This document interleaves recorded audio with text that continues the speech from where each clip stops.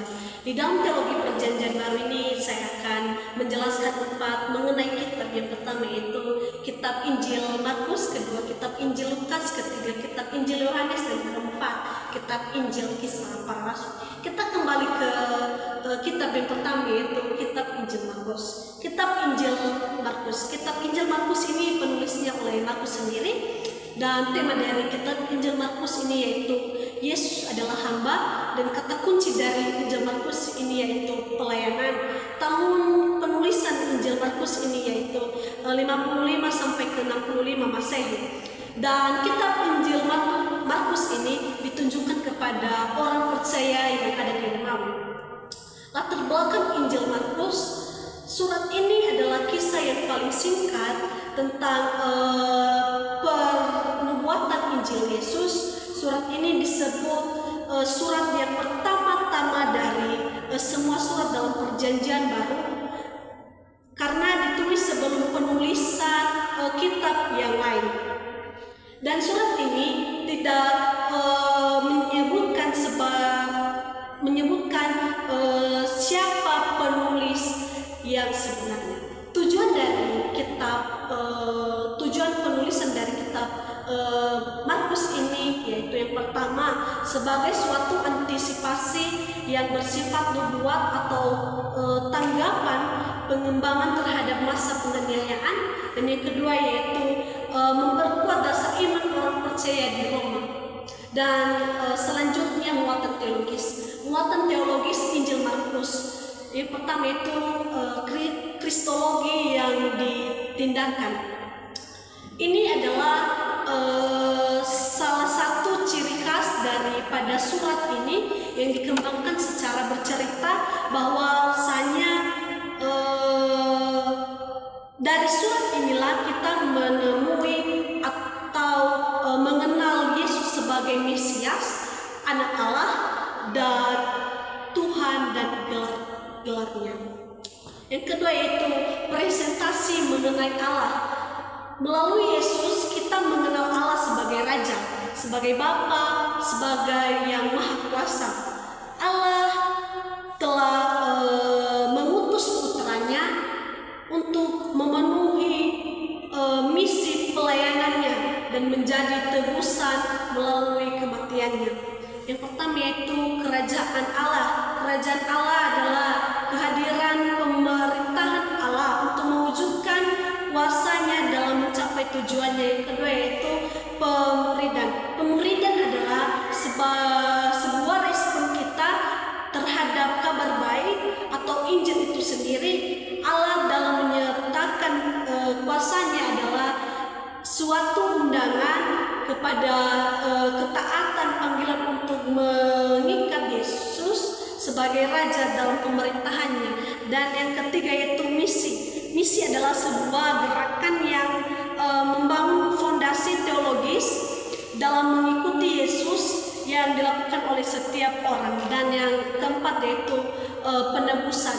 Penebusan dan keselamatan adalah sebuah keharusan yang nilai sesuai rencana Allah. Dan yang terakhir yaitu eskatologis. Eskatologis artinya akhir zaman atau cerita terakhir dari surat Injil Markus ini.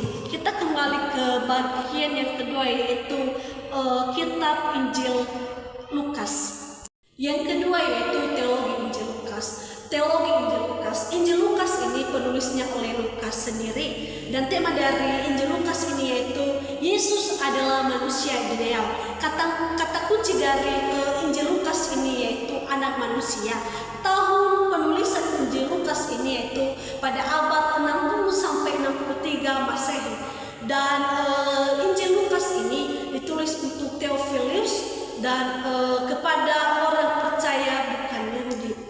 Latar belakang dari kitab Injil Lukas ini yaitu kitab pertama dari kedua kitab yang dialamatkan kepada seorang bernama Theophilus dan Kisah Para Rasul.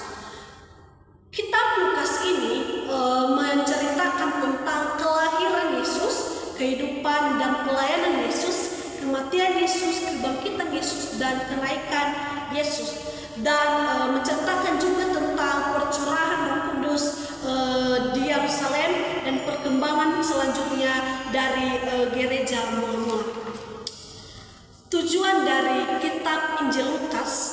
ada dua bagian. Yang pertama yaitu supaya Theophilus mengenal kebenaran, dan yang kedua yaitu supaya mereka tahu siapa juru selamat mereka.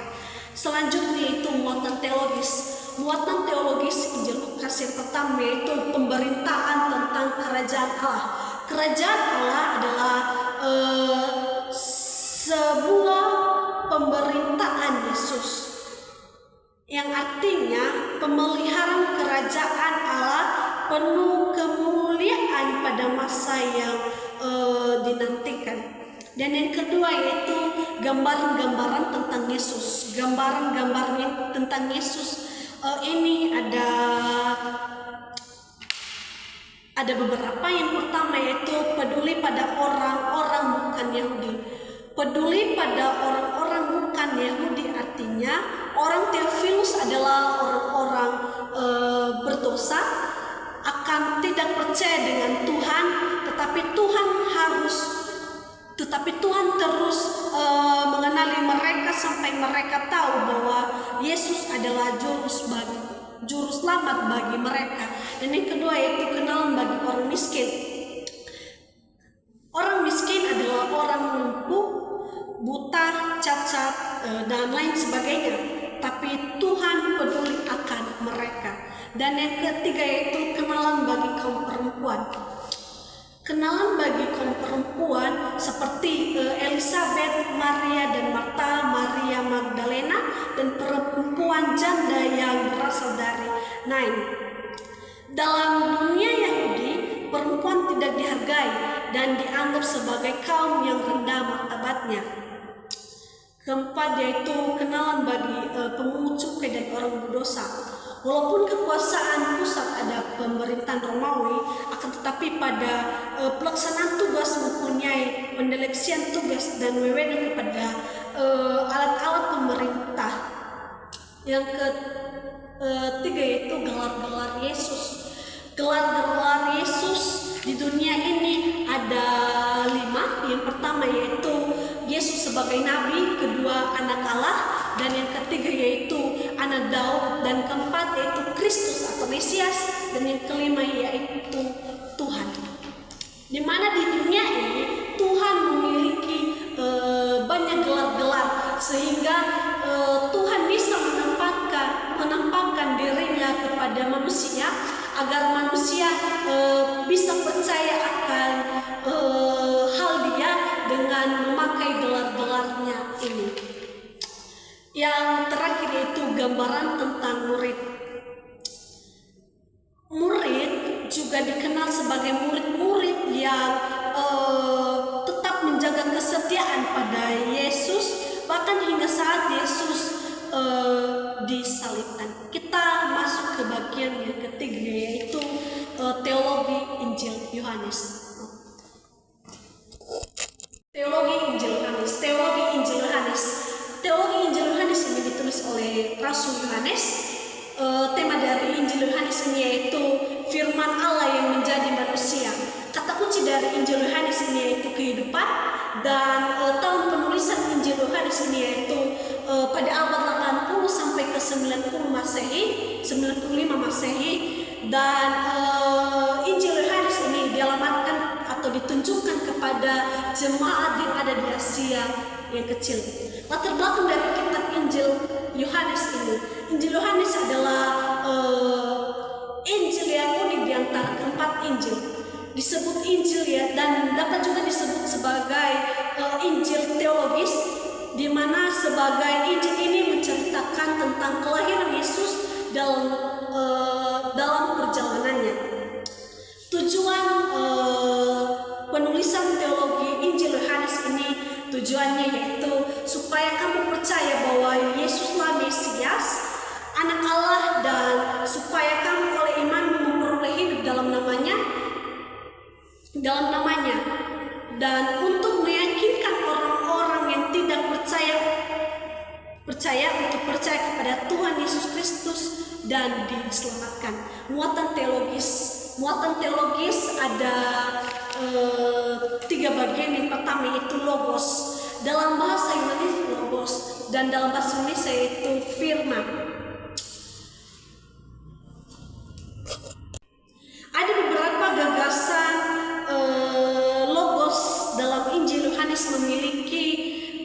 maksud-maksud tertentu, diantaranya yang pertama yaitu Yohanes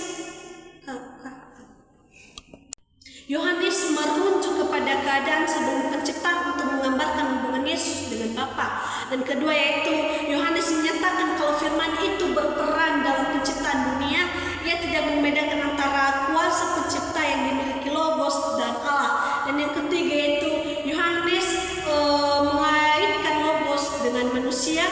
Logos itu menjadi manusia melalui penubuatan Nabi, di mana Tuhan memberikan kekuatan dan pemenuhan hidup bagi Yesus. Daging menandakan bahwa Logos menjadi manusia secara utus. Kenapa dikatakan daging? Karena dengan mengatakan firman itu telah menjadi daging manusia. Dan yang kedua yaitu kesatuan Bapa dan Anak. Kesatuan Bapa dan Anak. Injil Yohanes menekankan kesatuan yang kuat antara Bapa dan Anak.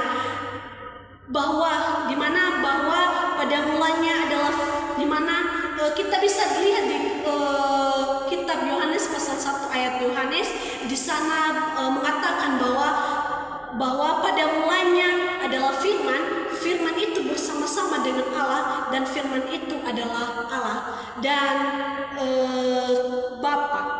Dan yang ketiga atau yang terakhir yaitu kata-kata aku adalah atau akulah. Kita bisa lihat di mana banyak, kalau kita buka Alkitab, kita banyak lihat di sana mengatakan bahwa akulah roti hidup, akulah terang dunia, akulah pintu, dan lain sebagainya. Yang keempat yaitu teologi Injil Kisah Para Rasul. Keempat atau yang terakhir yaitu teologi Kisah Para Rasul. Teologi Kisah Para Rasul. Teologi Kisah Para Rasul ini penulisnya oleh Lukas. Dan tema dari Kisah Para Rasul ini yaitu penyebaran Injil yang penuh keberhasilan melalui kuasa Roh Kudus. Dan kata kunci dari Kisah Para Rasul ini yaitu saksi-saksi. Dan tahun penulisan Kisah Para Rasul ini yaitu pada abad 63 sebelum Masehi, ditulis untuk Theophilus. Dan latar belakang dari Kisah Para Rasul ini yaitu di mana Roh Kudus mendorong Lukas untuk menulis kepada Theophilus supaya mengisi keperluan dalam gereja orang Kristen bukan Yahudi akan kisah yang lengkap mengenai awal kekristenan. Tujuan Kisah Para Rasul ini yaitu di mana untuk mengisahkan permulaan berdirinya gereja Lukas setidak-tidaknya mempunyai dua tujuan, yaitu tujuan yang pertama yaitu di mana Lukas menunjukkan bahwa Injil bergerak dengan kemenangan dan perbatasan Yudaisme yang sampai ke dunia kafir, ketidakpun tentang dan penganiayaan. Dan yang kedua yaitu Lukas mengungkapkan peranan Roh Kudus dalam kehidupan dan misi gereja, menekankan baptisan Roh Kudus sebagai persediaan Allah dan memperkuatkan gereja untuk memberitakan Injil dan melanjutkan pelayanan Yesus. Selanjutnya itu muatan teologis Kisah Para Rasul ini yang ada beberapa. Yang pertama yaitu Allah, di mana yang pertama kedaulatan Allah, di mana menjelaskan kematian Kristus sebagai hasil dari ketetapan Allah dan kemahatauhan Allah. Dan yang kedua yaitu eksistensi Allah dan anugerah umum. Yang ketiga yaitu Kristus, di mana Kristus menekankan Lukas sehubungan dengan Kristus di Kisah Para Rasul ada beberapa segi, yaitu yang pertama penyaliban dan kematian Kristus, kedua yaitu kebangkitan Kristus, di mana kebangkitan Kristus telah dinubuatkan di Mazmur pasal 168 ayatnya ke-8 sampai ke-11, dan di mana kebangkitan Kristus diproklamasikan dengan kuasa yang besar, dan di mana Allah tidak hanya membangkitkan Kristus tetapi juga meninggikan dia pada posisi yang berotoritas. Ketiga itu Roh Kudus, di mana Roh Kudus, pekerjaan Roh Kudus tentu berkesinambungan dengan misi Yesus. Semua yang diperbuat jemaat dilihat sebagai karya Roh Kudus. dan Pentakosta dan percurahan Roh Kudus pada hari Pentakosta. Asal usul jemaat Kristen haruslah ditelusuri kembali ke Pentakosta. Peristiwa inilah yang mengawali jemaat Kristen yang dapat juga dianggap sebagai zaman Roh Kudus. Ciri pokok dari pengalaman Pentakosta dapat diikstil sebagai berikut. Dan yang kedua itu pekerjaan Roh Kudus di Yerusalem dan Samaria. Pekerjaan Roh Kudus selanjutnya adalah melalui pemimpin jemaat mula-mula. Dan ketiga itu pekerjaan Roh Kudus beraneka ragam. Dan yang keempat yaitu peranan Roh dalam nubuatan. Dan yang kelima yaitu karya Roh dalam menyelesaikan pertikaian. Dan keenam itu Roh Kudus dalam misi kepada orang bukan Yahudi. Dan ketujuh itu Roh Kudus dan murid-murid di Efesus. Sekarang keselamatan melalui beriman kepada Kristus dan percaya mencapai pertobatan. Keselamatan adalah melalui anugerah Allah. Dan terakhir yaitu gereja. Sebagaimana yang diharapkan, Kisah Para Rasul memberi cukup banyak materi tentang doktrin gereja karena kitab ini merupakan catatan lahir dari tumbuhnya gereja. Dan sekian yang bisa saya paparkan dari tentang teologi Perjanjian Baru, baik dari Injil Markus, Lukas, Yohanes, dan sampai ke Kisah Para Rasul. Jika ada kata-kata atau kata-kata yang kurang berkenan, mohon dimaklumi. Sekian dan terima kasih. Shalom.